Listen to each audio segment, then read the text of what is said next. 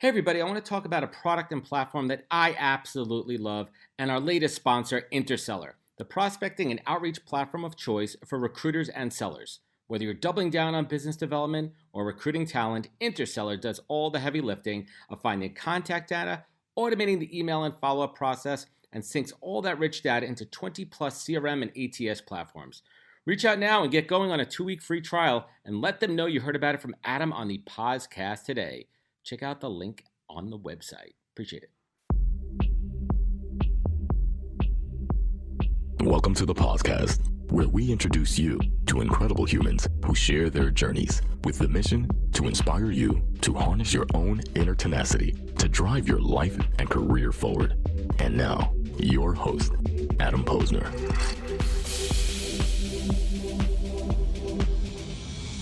Hey, everybody. Welcome back to the podcast, where I bring you the best and the brightest in the world of business, marketing, and personal growth to help you harness your inner tenacity to drive your career forward.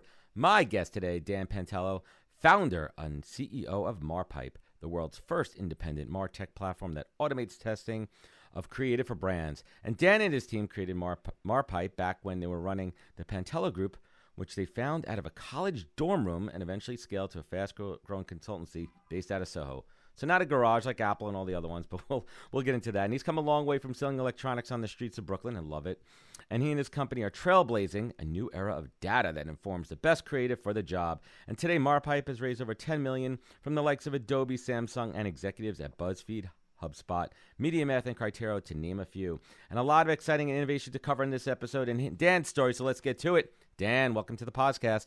It's great to be on the podcast, Adam. I'm excited for this. Let's do it.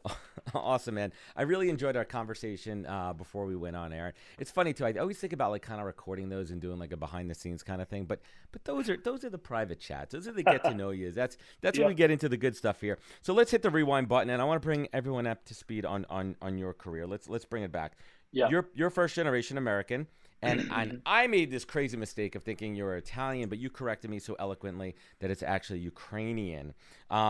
Your parents weren't entrepreneurs, correct? Like, where did you get the work ethic from? Let's give a little bit of background here. I love laying out the foundation of where entrepreneurship comes from. My parents were Soviet Jewish refugees, and my grandmother, on my dad's side, was a Jewish woman who was a business owner. Soviet Union was not a hospitable place for a Jew or a woman to be a business owner. Oh, those stories are rough. Yeah. Yeah. So we applied for asylum and got it. My grandmother got it. My dad was 19 at the time with his pregnant 19-year-old girlfriend. Shotgun wedding, came over to the U.S. I was made in the USSR, so to speak, but born 3 months after they landed. So just made the cut for citizenship because I was born on American soil. So my parents are 19 years older than me. They had me when they were 19. Came over here. I mean, you've got the classic. I mean, it's almost like a cliche at this point, but it really is we lived in a studio apartment with another family. They had to learn English. They went to like a local Jewish center that taught them English. And they taught them, one of the things that they actually found was useful to teach immigrants was programming, computer programming, and development, right? And so because it was like you didn't need to know a lot of English to learn how to code, actually. Code is a universal language, right? And so actually that's actually how my parents got into develop. My parents both became software developers because of that. It was like a good transition. And lo and behold, technology became a thing, and they ended up being really successful in their own rights today. So it's in your DNA from the beginning, right? They were hustling, they were out there grinding, they were making things happen, and I think that's a big part of the immigrant work ethic coming to this country. And you and I were talking about this before. My wife's father, my father-in-law, came here as a plumber. I mean, he was literally cleaning toilets, and fast forward 40 years later, he is a extremely successful developer, landlord, owns multiple properties. I mean, that's the work ethic, the relentless pursuit of doing better for yourself and your family. I grew up my whole life being told by my parents constantly, the constant reminders, daily, weekly, that like, hey, in America, the harder you work, the more results that you see for yourself, right? And it was like, because they escaped communism. And in communism, no one gives a shit how hard you work, right? Like you're actually incentivized against working hard, right? You're freeloading off of the work of other people, like whether you show up to work or don't show up to work, you still have that Exactly. factory job. You're not going to get fired. You'll always be taken care of by the state. So why work hard, right? I mean, it's like, what's the point of life at that point, right? Like, what do? You Keeps just people like down, man. It's exist. communism. Yeah. Yeah. So it's like America is an incredible, like beautiful, real, truly like international beacon of hope to people who come from similar regimes, where the harder you work, the more you're rewarded. And so a lot of I think the internal drive comes from coming from a place like that.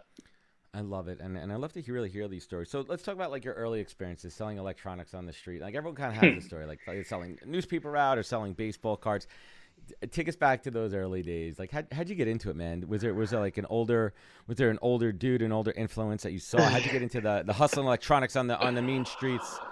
Yeah, so And so I have always I was the initially I started out I was actually a kind of like a I was a kid who, when I was like kind of in my formative years in middle school and high school, I was getting into trouble a lot. Actually, I was like hanging out with kind of the wrong crew, like sounds familiar. trespassing, getting into fights, stuff like Hmm. that. And then I joined my high school debate team, Oh, yeah, yeah. and I discovered like a huge passion for debate. Became the captain of my debate team in high school. Became competitive, started traveling the country, going to tournaments, It's awesome. and was ranked top in the state of New Jersey. And so I realized like I was okay, like what should a successful like high school debater do career wise? Okay, well, probably like maybe like lawyer, maybe politics, right? Those are Right, the something kind we of the could really things I was utilize those considering, skills. Yeah. right? I was thinking like, how can I use these skills?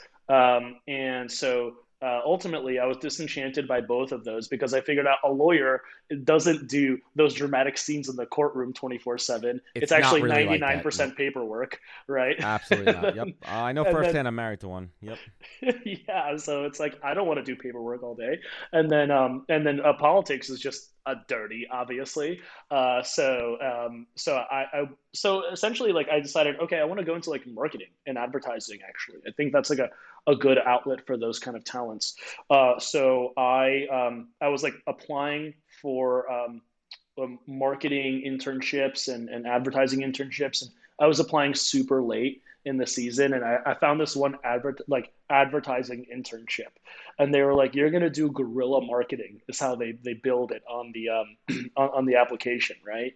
And so I show up with like a suit on and everything, and everyone there has suits on, and they're all like they're actually all passing out these like bag everyone has these duffel bags filled with stuff, and I'm like, okay, Mm. this is interesting, this is weird. They're like, you've got the See where this job, you're goes, right? hired, Yeah. let's get started. Here's, grab this duffel bag.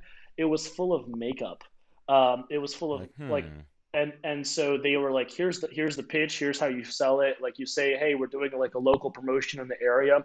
And so I literally got out on the street. That I kind of, there was this like inflection point where it was like, okay, they totally just like bait and switched me, right? And I guess like interesting. that's what they do here.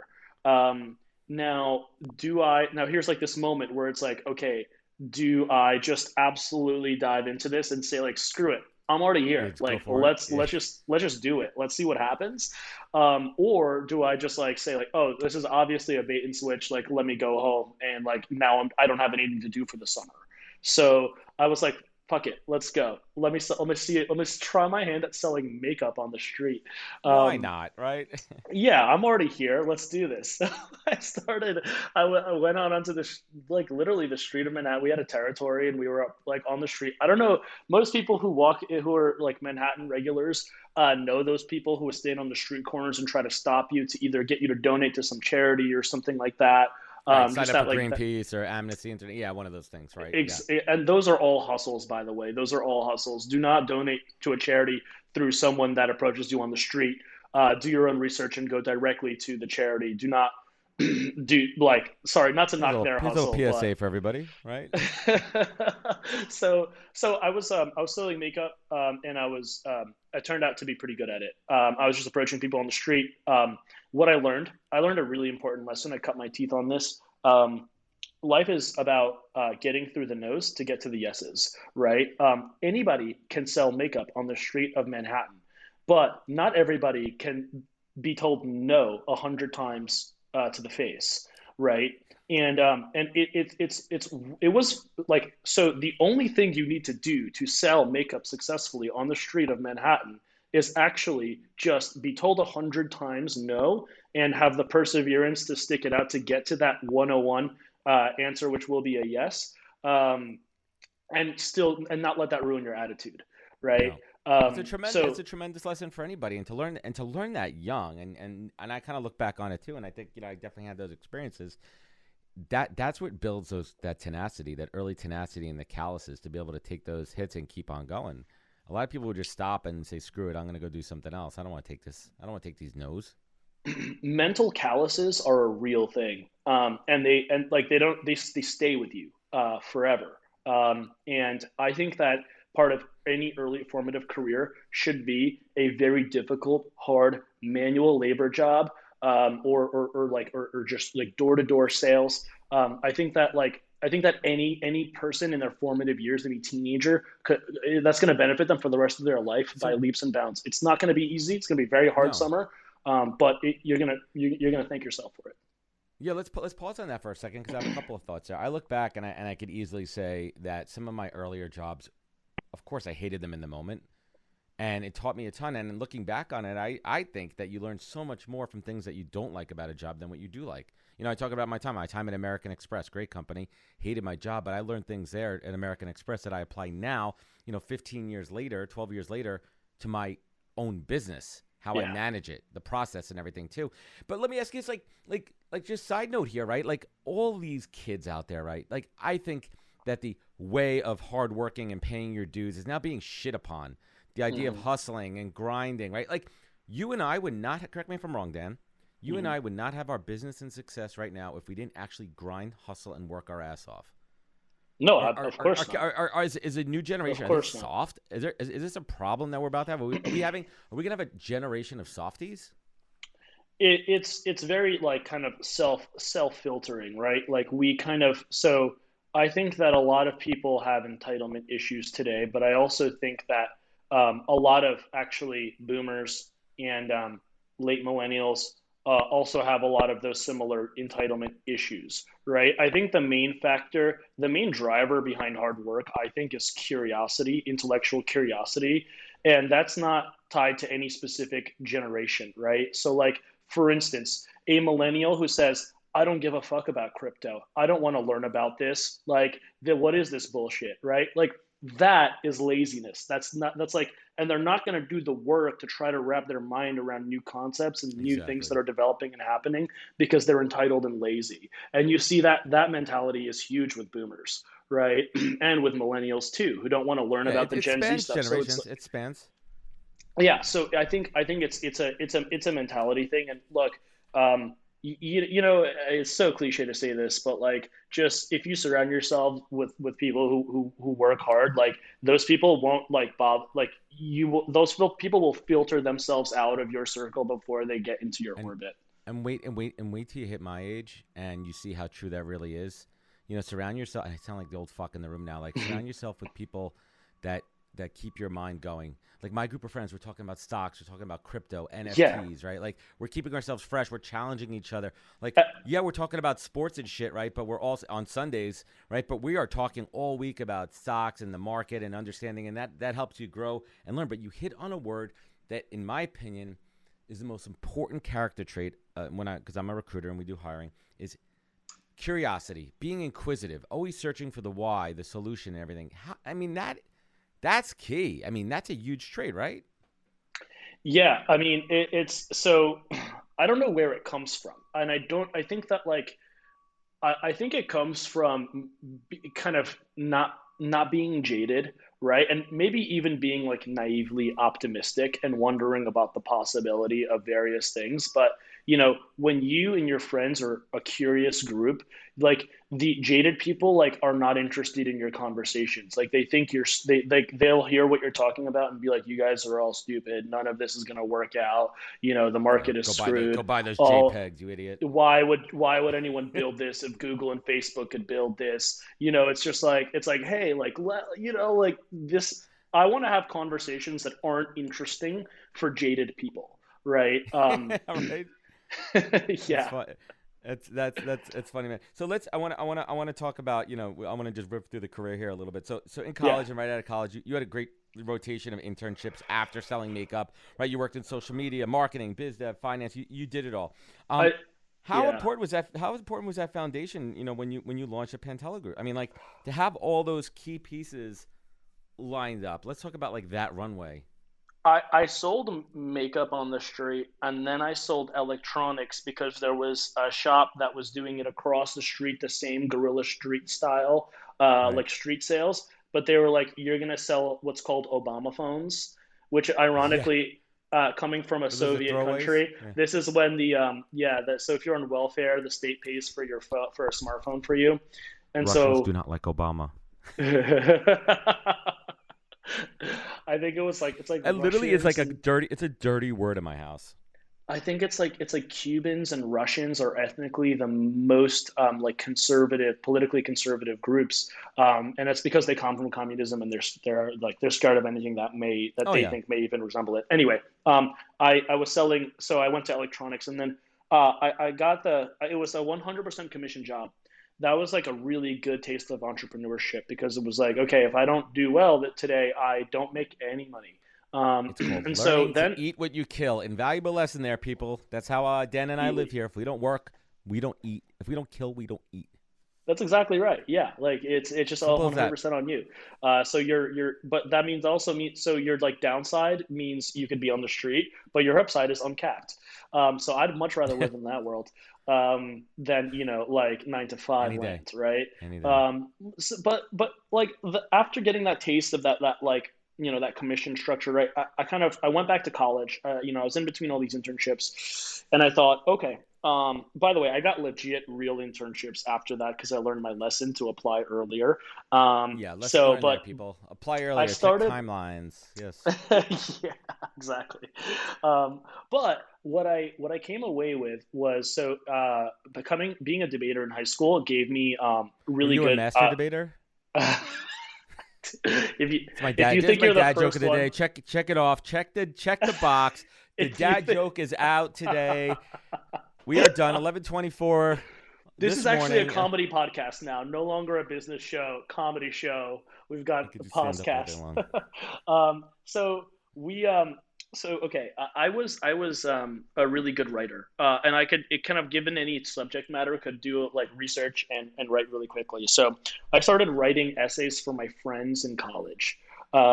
And I started getting more and more. I went to college in actually, I went to college in Binghamton. Okay, so and there were a lot of kids there that just wanted to get their essays written Of and just so course. they could party and hang out. And so I You're was an writing essays for my opportunist. friends, and I got so much business primarily from Greek life that I became known as the guy for this. And I got a I got so bag. much business, I had to jack up my prices from $20 a page to $40 a page, and I still got the business didn't stop. They were still willing to pay that.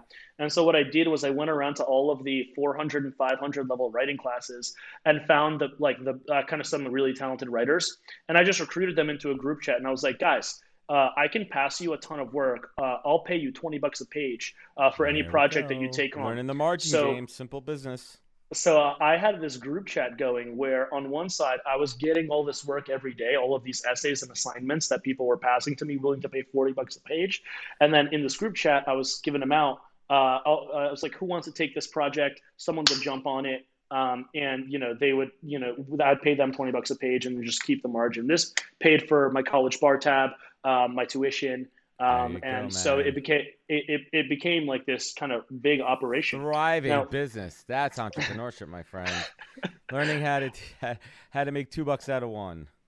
so then so then what happened was so I was also like really involved in like college life and the administration. I was the president of my college, and so I was like I would go to kind of mixers and events with the So administration. were you like a corrupt um, president? Like now that I'm thinking about it, I mean, this sounds kind of shady, man. well This sounds I a little bit shady. Let's call it what it. I'm kidding. I'm busting your chops, man. I mean, look, what was true, like I could speak about this openly now, but you know it was true that Yeah, we're definitely. past the date. Yeah, we're good. Yeah, we're past. I've got my college degree, and not that I even need it anymore. But you know, we're past that. So I was very much, if I got caught for this, I could get kicked out of school, right? And so essentially, one day, like someone in the administration made this joke, like we were talking about homework, and someone said, "Oh, well, Pantelo can cover that for you, right?" And you're like, what? That's when I kind of knew that the administration kind of knew, but there was I was just got paranoid, and I was like, I need to pivot into something legit, Legit. right? I need to go legit. So yeah, so here's what I Wow, did. this is a deep undercover expose here on the podcast, everybody. On we Inside we Edition can't. podcast, we go deep into Dan Pantelo's Binghamton ring. Ring of essay writing English nerds. All right, so so now you're like, shit, I gotta so go we legit. so I got to go Right. legit, right? Put you in the witness I don't protection program there in I don't want to Binghamton. stop. I don't want to stop making money. And I have this team of writers, this team of content creators. So what can I pivot into that would be legit? Well, at the time, search engine optimization (SEO) was still like not a commodity, and it was still like, oh my God, you can get me to the top of Google. You must be some like hacker savant, Black hat kind of right? stuff, right? Yep. Yeah. But really, the name of the game with SEO is it's like 85% just keyword optimized content creation, right? And so I went around to a bunch of taking my door to door sales experience and street experience, went around to a bunch of the local businesses in Binghamton. And I was like, hey, if someone looks up Chinese food in Binghamton, don't you want to be number one on top of Google? And they were all like, yeah. And Yeah, how so do we I do just that? got a bunch of local businesses as my customers, and we started doing search engine optimization for them. And then slowly, this happened like obviously like this was out of my dorm room with the folks, the writers that I was working with. And then they started asking like, okay, do you want to, oh, we're going to run this promotion. Can you run this promotion for us? Can you update our website? It Can you all make this steamrolled. flyer for us? And we didn't know how to do any of that shit, but we just Just said figured yes it to out. everything and Googled it and figured it all out along the way. So next thing you know, I really have this kind of like almost like this full service digital agency at that point. And so the first thing I did after I graduated college really was just, we opened up our within about 3-4 months of graduating, I opened up my office in Soho, and that's when That's we started amazing. working with primarily venture backed DTC brands, and that's when And it really took off. but how did the business development side start? I mean, look, first of all, kudos to you. Like coming right out of college, right? Like very small percentage of folks are just going to go in and start a business. I mean, you bootstrapped it. I mean, you had success. You were rolling into it. Was it just like a logical progression? Like you had this business going and you were about to graduate. You're like I'm not just going to stop and shut it down in Binghamton. I'm going to keep it going, right? Like that was the mentality. It had to be. Correct me if I'm wrong. I mean, it's addicting because I was making more money than I ever could make doing anything else, so it was a no Yeah. brainer. You're like, what am I going to take? Like, I don't even know what you were making, but like, what am I going to take an entry level marketing job for like 35, 40K? No, I'm sure you're making more Exactly. than that, Yeah. right? Like that's Oh yeah. it didn't make sense. There wasn't even probably the thought in your head. It probably never even crossed your mind, right? It was a no brainer because of the money, the potential, the excitement, and the career building that was the network building that I was doing for myself all along the way. I mean, it was like why would I ever pigeonhole myself into You're roll out of college? Yeah. you're a purebred entrepreneur. Like you are like this is, it's interesting. Like do you think? Let me ask you this. Like, do you think entrepreneurship you're born with it, or is it something that you could learn? Those skills, I those mean, pieces, that nature, hustle, that drive. nature versus nurture, like combination of both. Like, I think that definitely growing up in a Soviet refugee household had a major influence on me. And of course, there's the genetics that come with that, but then there's also the learnings of like hey, work your ass off, make your, like, I want to make one of the things, I'm an only child, and one of the most important things to me is to make my parents proud, make them happy for moving to this country. Right. And so, Amen. it's like, I mean, look, I know that I've always kind of known it and felt it that I was I've not a natural born entrepreneur, but I think I was always like a natural leader, like with my friend groups, when we were growing up, and just like things that I just kind of like to assume responsibility for both wins and failures, and kind of motivating people. That really just kind of comes naturally for me. So that's what I can speak to. Hey, everybody. First, I'd like to thank you all for spending time with me and my guest on the podcast. This show is my canvas to showcase amazing people from the world of recruiting, entrepreneurship, and leadership, and unpack their career journeys for everyone to learn from. But this show is also a business generator for me, as well as creating thought leadership and endless amazing content. And I've taken what I've learned in the past 3 years and over 200 recorded and 100 live shows and distilled it down into a digital playbook that I call the Pause Course. Now you could learn how I build, manage, and produce the podcast and use it to drive real business development and relationships. Today, I'm sharing all of my secrets behind the podcast, and you can get it all at thepausecourse.com. This course is for anyone, whether you're starting out or an advanced podcaster using it for B2B and B2C. It's filled with all of my insights, learnings, tips, tricks, and templates. So get it now at thepausecourse.com and learn all my secrets. Thanks. Let's talk about the idea of owning your losses. And this is my thesis, man. For anybody who follows me, you know this. And I think that it's really a key to success, because until you could actually take accountability, not just for your wins and say, fuck yeah, I won, man, but actually own up to your losses, that's where the true learning and growth comes from. So I applaud you for that. And what advice would you give people that are not comfortable owning their losses? Like whether they lose their job, they're always blaming somebody else or blaming external circumstances. People got to cut that shit out. And I preach this all the time. Own your loss, take accountability, and you will see the real growth. I mean, there's nothing that makes me dislike somebody personally more than someone who has that victim mentality, right? Whether it's like someone in my family or someone who I meet on the street, like you can tell these people who have victim mentality are always trying to look for external reasons why. And so like this victim mentality is the opposite end of the spectrum of Stoic philosophy, right? And Stoicism suggests that like everything that you can't control in your, like, you should not spend any time worrying about anything that you cannot control in your life, but for the things you can control, you assume ultimate responsibility and accountability for, right? And so like those are the people who, like, I mean, if you're kind of in that victim mentality, I just don't understand like how you could, like, what the only thing that motivates you is like hating, right? Like Right. that sucks. That sounds like a bad place to be for you mentally, right? Like the only way, like people in victim mentality like are not happy people, right? And I just never understood, like, if you want to make yourself happy, go through this painful journey. Like one of the things that Elon Musk said that really I thought was so interesting was, he was like, if someone if you need to ask somebody the question, should I be an entrepreneur? You're not ready, right? It's so simple. Like you're not ready, right? Like it should be so obvious. Simple. It's such a clear thing he said there. Yeah. Like it's kind of like in dating too, right? Like if you're like, should I be marrying this woman? Like if you're asking yourself that, that's like a whole different podcast, my friend. You don't know. Yeah. So, but let me ask you this, man. Did you have a beacon? Did you have advisors? Did you have a mentor or a group of mentors that you were able to rely on to ask questions? Like who helped guide you through this journey? Or was it all self-learned? No, 100%. No, it takes a village. It's never self-learned, and it's your responsibility to seek out those mentors that can elevate you kind of into that next level of thinking.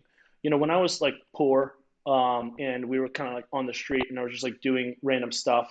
Like I met rich people, and I saw how they think different, right? Rich people, wealthy people think totally differently about spending money, relationships, network growing. And so like I kind of anchored into a few really early on people who I was just like, hey, can I just like shadow you and we do like coffee like once a week? And I'm just like this, kid who is like totally inconsequential to your life, and I just want to like learn from you and like pick your brain, and I just like come with a bunch of questions, and just hear how they think about things so differently. And then just over time when you spend time with those folks, like that really kind of seeps into you, and you really just like um, have to just keep anchoring. And the one thing that's important to note is that you should be outgrowing your mentors on a regular basis, right? So They like I'm want that. They actually want that, right? They want that. they do. Yes, that's Yeah. That's a what real brings mentor. mentors fulfillment is seeing their mentees graduate, so to speak, right? And so Yes, my that's friend. how you could pay your mentor back, by continuing to climb and ascend up. And so like I'm currently looking Love for it. my next level mentor because I feel like my current one I'm outgrowing. And I've had like a series. It's almost like going through like freshman year, sophomore year, junior year, senior year, right? It's like you first you start kind of like with someone who's just can kind of show you the ropes and show you around, right? And then you start with someone who's like, wow, this person had like a tremendous exit right under their belt, and they know how Hmm. M&A conversations work and how VC works, and they can show you the ecosystem there. And then you keep going higher and climbing, like anchoring into higher mentors after that. So that's important, the mentor progression and being intentional How about it. how do you find mentors? You walk up to people and tell, like, one of the things that I found, like, so okay, I'll say this: when you're in a room full of really successful people, right? Um, what I've noticed is that usually, like, the conversations don't happen because everyone is posturing, right? It's like it's a measuring contest, right? Like everyone is like, Hmm. if you introduce, you're like, oh, I do this. The other person will say, well, I do this. Here's my social Hmm. status. Here's why I belong in this room, right? Sizing And each other and up. and they're sizing and they're posturing, right? And that creates friction, right? The way that I navigate rooms like that is I approach it with the mentality of being like not trying to posture at all, being completely humble. Like I wear a solid color t-shirt, jeans and Converses, dirty Converses every single day. You approach very humble and you say, hey, like what about, and you're interested, you have to be curious and interested in what they do, and just come with your hat in your hand and say, oh my God, there's all of these things that I would be really excited to learn from you. That person, you're gonna have meetings with them. They're gonna be really excited because they don't Solid see you as a advice. threat. They're not trying to posture. You're not. There's no You're posturing not game flexing on happening them. here. Yeah. Exactly. And generally speaking, when you're networking in a room of like those kind of people, just coming hat in hand and being humble. It's like they're not used to that, right? No. And so it's That's what refreshing for them. it absolutely is. So let's pivot. I want to talk about MarPipe. Yeah. Give us a down and dirty quick origin story. Tell us where to come from. What do you guys do there? What are you trying to accomplish? How do you help We brands were and companies?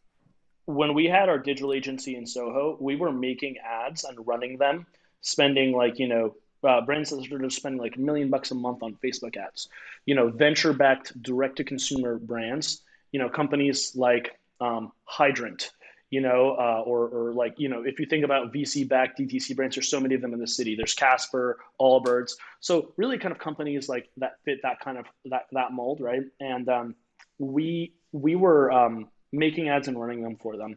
And one of the things, we were always under a performance mandate, which is where I thrived, meaning like you're only judged by the success, the money in, money out of these ads.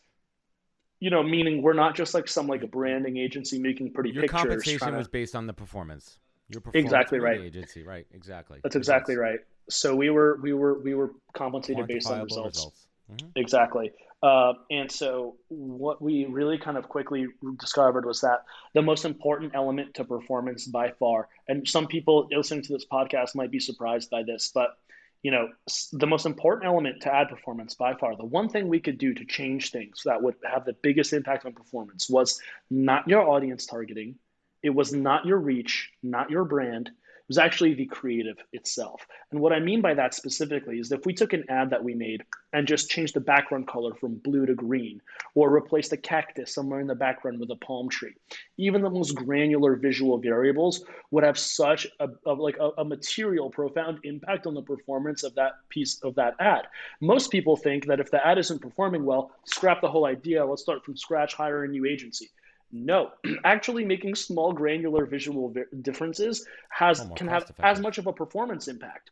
And so we kind of started taking this approach that people were like looked at, like people in our industry thought we were nuts and this was like heresy, because we realized that by just changing a lot of small variables very quickly, almost with like no intentionality behind it, we could generate a lot of volatility in this like little bubble. And when you can Right. generate a lot of Hyper volatility testing and learning. predictably, you find positive outliers emerge from the group, right?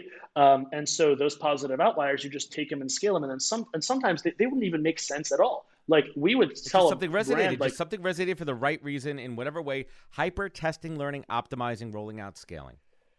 and you know, like this is why kind of where like Business Insider coined us the Moneyball of ad creative. That's a You know, thank you, Business Insider. We'll take that one. Appreciate it. We're gonna put that right up on the wall right there. that's like essentially, you know, what it's referring to is like we're with when it comes to ad creative, we're playing the numbers game. We don't care how pretty or shiny the object is. We strictly care about the like how do we get to the path of most performance, and we're only looking at the numbers. And so taking this data driven and scientific approach where we're just like creating like high volatility to extract positive outliers was something that we just kind of cooked up in our kitchen. And we were like, okay, you know, not only are we learning, like predictably finding better performing ad creative, but we're also actually learning for the first time why, like which visual Mm, variables most impact performance up or down. And we were discovering things you would never believe to be true that are just so counterintuitive and go against like interesting. counter judgment. And you would never stumble upon these discoveries if it wasn't by random. You know, some of the best medical breakthroughs that ever happened in history happened Absolutely. by just like through random accidental tinkering. Right. And that's exactly what we're doing at scale in a very structured way at MarPipe when it comes to ad creative, to extract that creative data and give it to brands so that they can have what for the first time, a data driven creative process, and not just a bunch of people kind of Awesome. saying like, oh, I think this looks good. Do you think this looks good? You know, like that's not an efficient system. That's massive. That's So massive, man. What was one of those big stumbling blocks early on when you first launched as a founder, as a business owner? Maybe it was something that you had a preconceived notion. Maybe it was a thesis, a hypothesis that like didn't play out, or a big stumbling block mistake that you made. yeah, well, I actually started several ventures and tried to do several businesses that like totally fell flat on their face immediately and didn't work. And honestly, let me so initially before MarPipe, I tried to do something called MarStack, where we actually one of the problems we identified was like, hey, let's you know, a lot of these direct to consumer brands have like a very complex suite of marketing technology tools that they use. And normally they don't actually know how to navigate and pick the right tools and collect the right combination of tools that work seamlessly with each other. This is called a MarTech stack. It refers to your combination of marketing tools. And actually, like a lot of this is still a problem that hasn't been solved today. I just didn't know how to solve it. And so we kind of tried to like kind of build some platforms and consult for that and create content. And there was traction, but it didn't go anywhere. We didn't figure out how to make like unit economics or like a SaaS model work there. Um, and so when we started MarPipe, right, essentially what I did was I used the profit from the agency to hire some engineers to work on this problem with us. And you know, we were developing and we fell flat a lot. We like didn't have something we could actually like use to do what we wanted to do for, you know, well over a year, almost a year and a half. We were just like spinning our wheels, iterating and going through a trial and error process. When we launched when we actually like did it for the first time, we had a ton of interest. We raised $2 million at the end of 2019 from Adobe and VCs when they saw what we were able to build. And then over the next 6 months, all we did was just build a user interface on top of it and collect a wait list. And that wait list grew to over 4,500 companies organically in 6 months that were just like, oh my God, if you're saying you can automate our creative testing, then we want like, to be part of this. we want to be a part of this, right? And so it really grew like that. And then when we released the first version of MarPipe, the first self-serve version, it was, we actually had like, we're like, oh my God, we have 4,500 companies waiting at the gates, right? And we launched the product and we invited everyone in. And over the next few months, we grew to over 10,000 users. 10,000 users signed up to MarPipe, real marketers with real ad spend. Yeah, real business. And none of them like no one was upgrading to our paid plans, right? And it was free. Everyone came in for the trial / free play kind of deal. Oh shit! Exactly. Now what? Yeah. So you're all excited, right? Let's lay this out here. Your heart's pounding. This is everything you've been working on. You're finally seeing this realization. You built up the demand for it. You built up the hype, and you're like, guys, we're no one's converting here. What the? No one's paying for this. No one wants to pay for this. So what was walk us through the solution here? How'd you get through this? Yeah. So we were. These are real life problems, people. Real entrepreneur stories. That's what we do here on the podcast. Let's get into it. So we're like, oh my God, we're gonna need to tell our investors to go home. Like no one can buy this. This was a massive existential crisis moment, and we were really all looking in the mirror, staring into nothing. And it was like, we're just rapidly trying to iterate. We thought it was some product problems. We were tweaking things in the product, in the workflow. Nothing was working. And really, like, I got a bunch of those kind of early users on the phone, like real marketers with I knew they were legit. I got them on and I was like, hey, why'd you sign up? Like, what were you looking for? And why didn't you use it? Right. And essentially all of them were like, well, I want to do this and this and this, right? And I was like, well, that's exactly what this platform does. Let me share my screen with you and walk you through it. Right. And they would be like, oh, now I get how it works. And then they would like take off on their own, right? And so we kind of really like just through actually like rolling up your sleeves, getting in the trenches, getting dirty, picking up a shovel and talking to all of these users hand to hand. Yeah, like one at a time, talking to all these users, we really quickly discovered, oh my God, people need, like, this is a semi-complex platform, right? Like this is not like a Zoom or a Calendly where you click a few buttons and it works. It needs to be hand-holding. There needs to be some hand-holding, some human contact, some explanation. There needs to be onboarding. There needs to be training. Otherwise, it's not good. You're not going to know how to use the platform, and there's no point. So exactly. So, and at the time, we were like, how do we get like, we can't afford customer success because we're charging like, it's a freemium model. It's like $70 to upgrade. So what we did was, so here's one of the key lessons we learned from this. And I think this is so important. I tell this to people all the time. Small changes make small optimizations. Big changes make big optimizations. Sometimes you need to throw a wrench into everything and change it all overnight, make a massive overhaul, and make a big bet. And so what we did was we just like kind of with not so much runway left, we changed. Well, we did something pretty radical that everyone was just like, why the fuck would you do this? We shut down our sign up funnel. No one can sign up to MarPipe anymore for free. You now have to talk to a seller. We hired one seller, right? We increased our price by 65x. We increased it from $70 a month for the base plan to $2,000 a month for the base plan. And annual only contracts going forward. No more month-to-month subscriptions, only annual contracts. Put your big boy so pants you would on, think, let's do this. Mm-hmm. You would think, like in a world where no one is converting into our platform, why would we make it so much harder for someone to convert? It's very like counterintuitive. Like, why would you increase the price by 65x? Why would you make so much friction in the agreement? Ever since we made that change, Adam, our business has been skyrocketing up and to the right. We just discovered our business model. What's the why? What's the why behind that? What's the psychology behind that?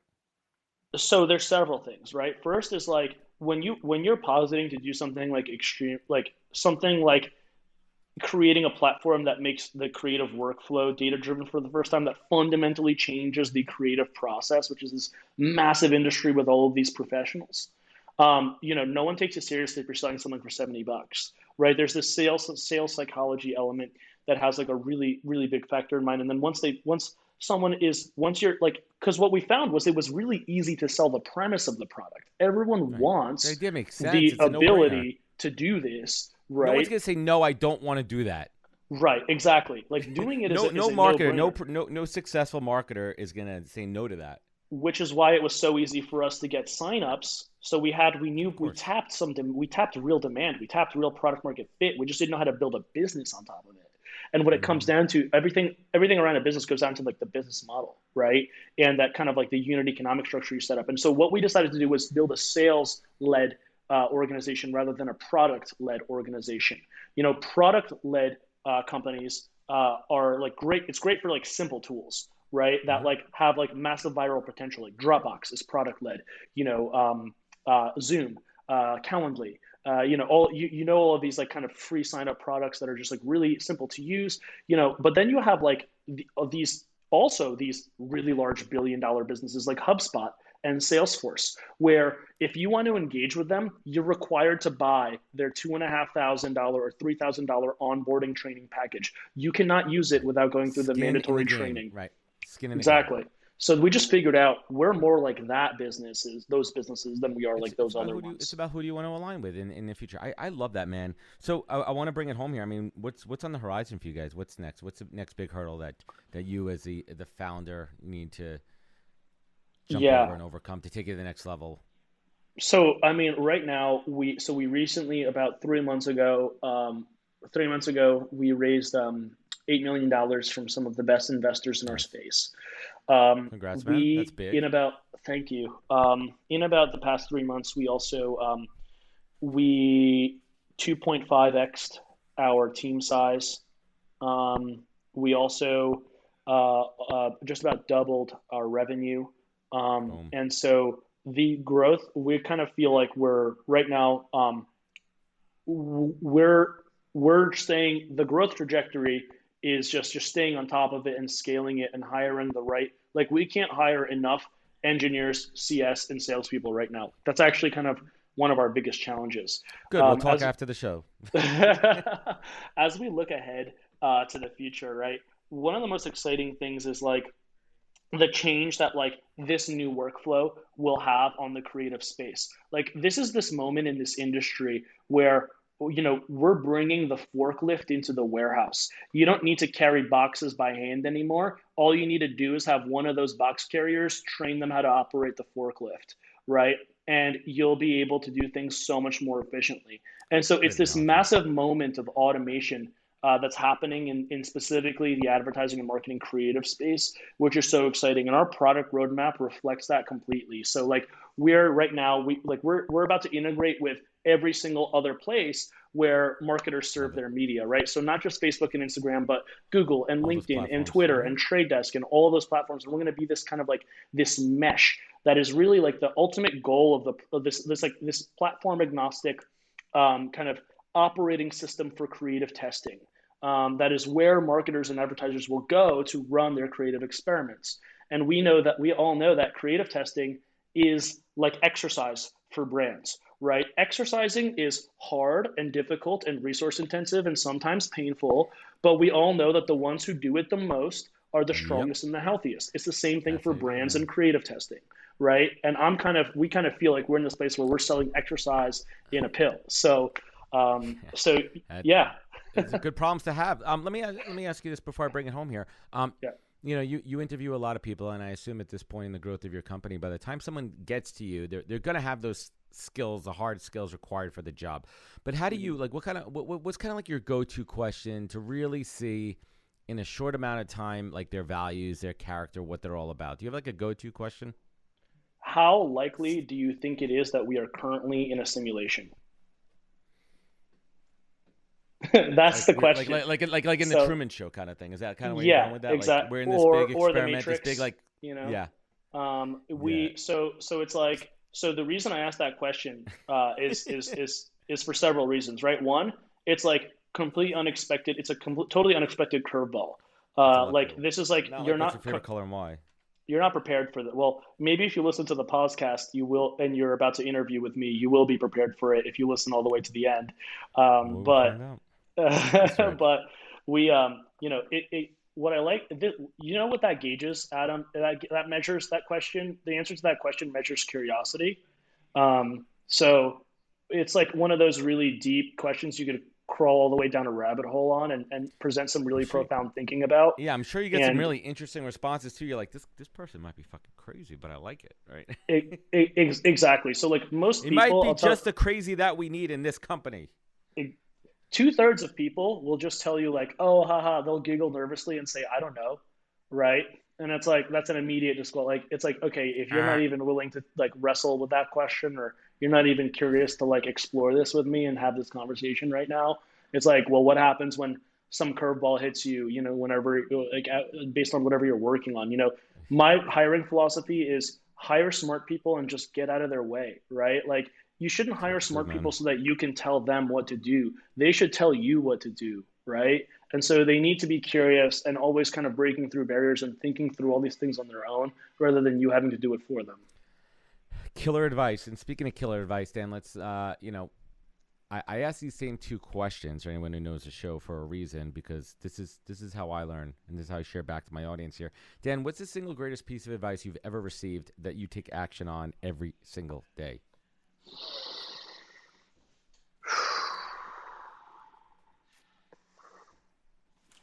I I would say, you know, I'll refer you to a quote that's in my email signature for this exact reason. So it stays top of mind every day. And it's the following: most of our assumptions have already outlived their usefulness. It's a quote by Marshall McLuhan, who is a media theorist.